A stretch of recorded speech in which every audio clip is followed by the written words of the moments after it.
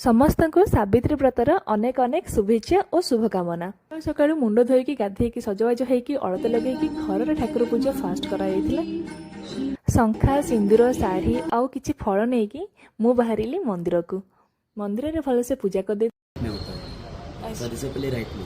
Okay reason है जब शादी करते समय कन्यादान देते ना तो आपके हाथ सर जी के हाथ में दिए थे।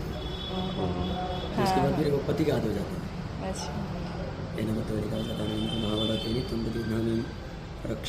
आपण मैंने नना कहते व्रत सबरे बाम हाथ लगे जाए पूजा करके आम मंदिर रे बसी बहुत मन खुशी लगिला।